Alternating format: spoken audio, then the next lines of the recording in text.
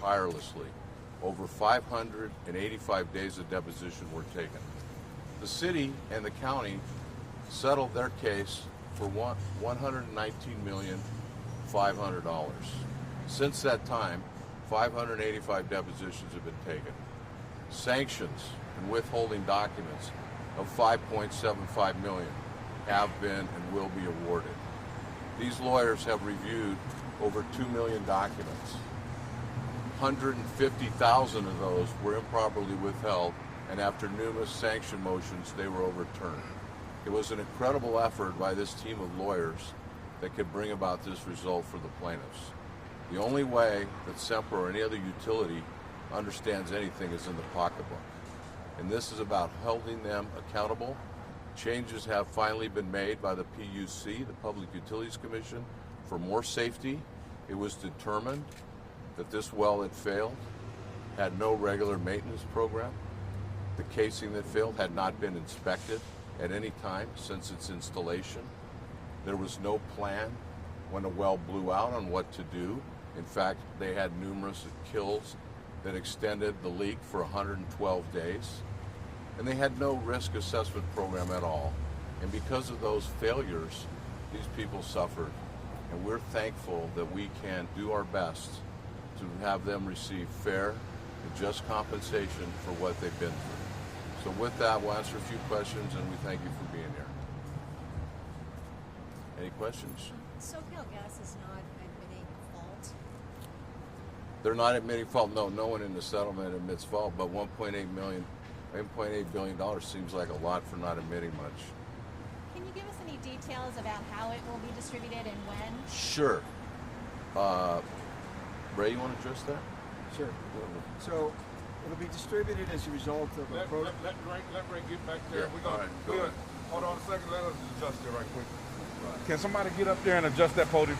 Thank you. Thank you. Thank you. There'll be two judges, Judge Meisinger and Judge Scott, who are distinguished jurists, retired from the LA Superior Court system. They'll be responsible for analyzing all 35,717 clients, their cases, and the impact that the blowout had upon them. And based upon their review, they will determine and evaluate an allocation system that is fair and reasonable to each and every one of the plaintiffs. We expect that will begin within the next 4 months, and that the distribution should take place hopefully within a year. Okay, thank you all. Anything else? Yeah. Ray, can we get your name and spell it? No, his name's Ray Boucher, Boucher. And you with what firm? Boucher LLP. And just, you mentioned about the changes that the PUC made. Are the people who filed claims, comfortable now with the changes? They continue to live there? I know some people... Well, I think many of them still have concerns. But unfortunately, this lawsuit could not shut down Aliso Canyon. That wasn't the goal of this lawsuit. The goal of this lawsuit was to get fair and reasonable compensation for these people, approximately 8,000 of them who had to leave their home and relocate. So that is to be for another day, and I know that some of the residents still believe that it should be shut down. That wasn't the goal of this case, and that's not our role in this case. What message do you think the settlement sends? I think it shows that they've accepted some responsibility. The amount alone, when any of these corporations or utility companies, they only understand the monetary component. So I think it sends a loud message that we have the court system. And I would say this, the judges, Judge Kuhl and Judge Buckley, through the pandemic, we were taking depositions by Zoom. The judges and the court system was accommodating this to continue moving forward to trial, and we want to thank them, and without them, we wouldn't have been in this position today. But I said it says a loud message about what had happened, that these people were justified in their complaints, and they're getting fair and just compensation. And do you think it will have an effect on systems throughout the country or the world? We certainly hope so. That's what one of the purposes here is, so this doesn't happen to others. And I think now that what's been exposed and what finally the PUC sees, hopefully this will get done. But again, that is up to the PUC and the government.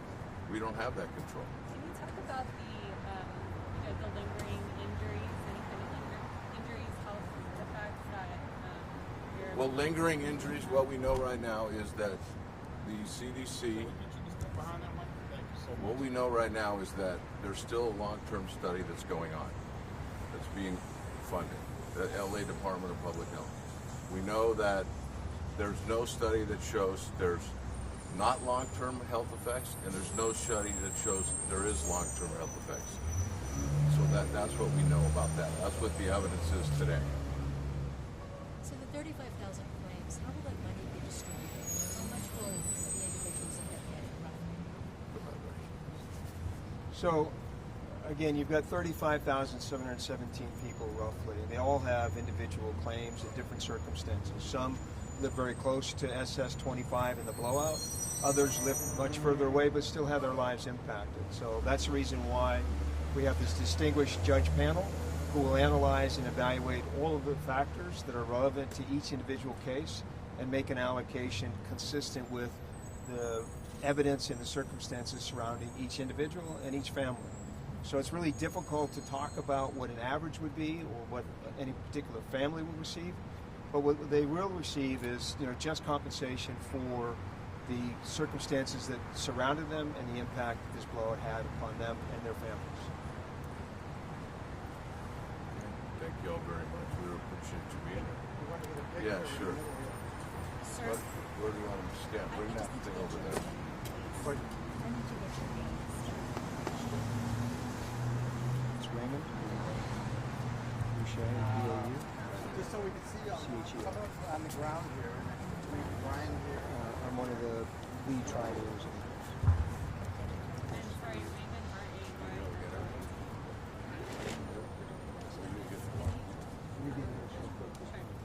Yeah, pack it in a little closer, so we all want to have the same plane. You want to, Ray, you want to take a knee like a baseball? If I could, but I'm too old anymore to take a knee. You guys move this way.